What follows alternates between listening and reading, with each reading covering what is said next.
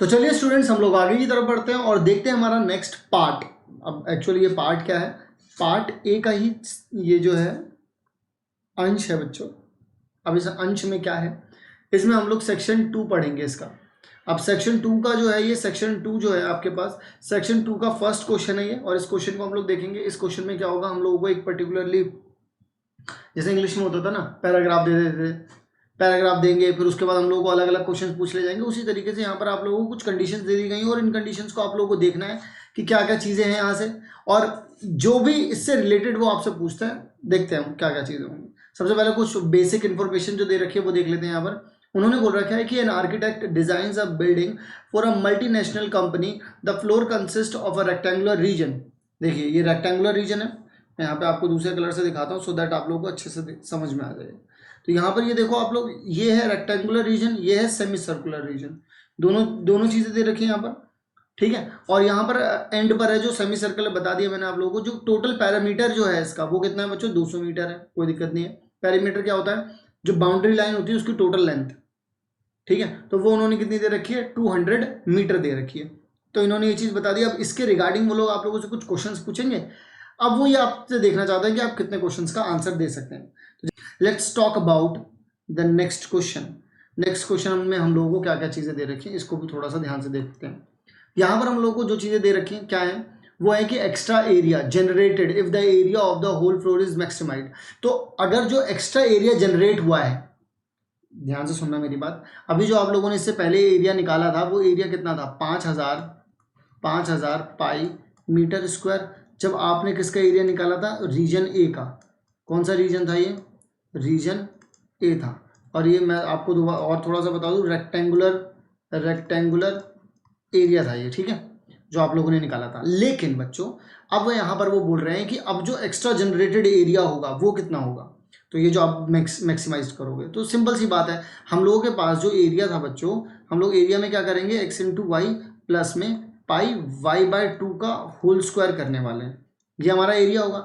But क्योंकि हम लोग जानते हैं कि हमारे को अगर मैक्सिमाइज एरिया निकालना है तो x की वैल्यू हम लोगों को 0 लेनी है, और y की वैल्यू कितनी लेंगे, y की वैल्यू ऑलरेडी हमारे पास 200 माइनस में 2x अपॉन में पाई है।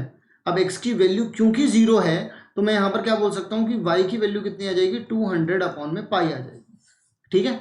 तो यहाँ पर मैं क्या करूँगा, y इज इक्वल्स टू में लूँगा 200 अपॉन में पाई लूँगा। कोई दिक्कत यहाँ तक, कोई दिक्कत नहीं। ये 0 है तो ये तो कंप्लीट चीज़ गायब हो जाएगी बच्चों। और यहाँ पर हम लोग बोल सकते हैं इसको कि यहाँ पर मैं बोलूँगा पाई y/2 का होल स्क्वायर है, तो 2 का स्क्वायर करेंगे तो 4 हो जाएगा यहाँ पर।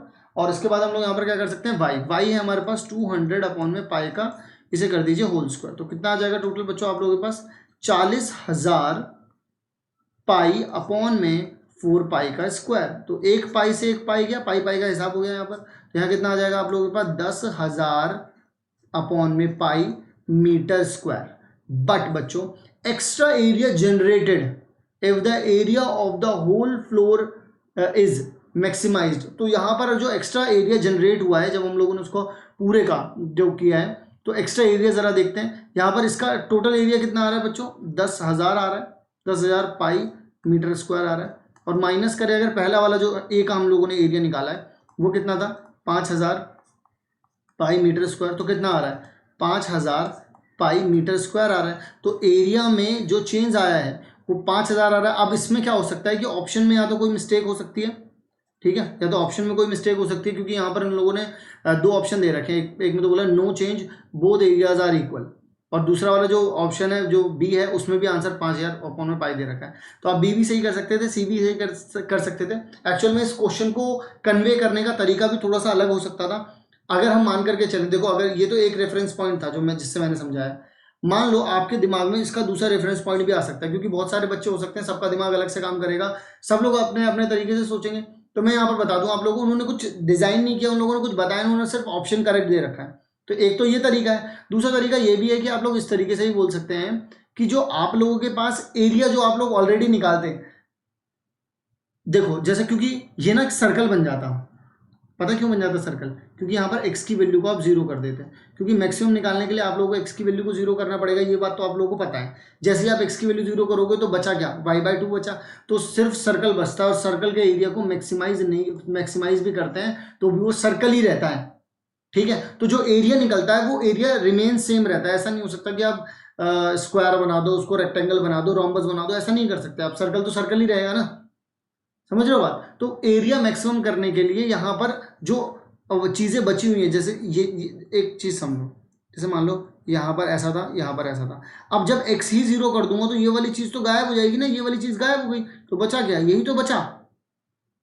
तो आप इसमें जब x को 0 रखेंगे तो क्या आएगा, सर्कल का स्क्वायर, और यहाँ पर भी क्या निकल रहा है, सॉरी सर्कल का एरिया। यहाँ पर भी देख लो क्या निकल रहा है, ये चीज़ तो वैसे ही 0 हो जा रही है, सर्कल का एरिया निकल रहा है, तो वैसे भी कोई चेंज नहीं आ रहा है एरिया में। तो आप इसको दोनों रिस्पेक्ट में दे सकते हैं कि उन्होंने किस तरीके से पूछा है। दोनों में ही आंसर आप लोग no change both areas are equal और 5000 लगा सकते हैं इसमें आंसर, ठीक है। तो क्योंकि देखो दो रेफरेंस पॉइंट है, उन्होंने कुछ भी डिफाइन नहीं किया है कि कौन सा एक्चुअल में जनरेट करने वाले एरिया या किससे कंपेयर करने वाले हैं, ऐसा कुछ इन्होंने रेफरेंस पॉइंट नहीं दिया था।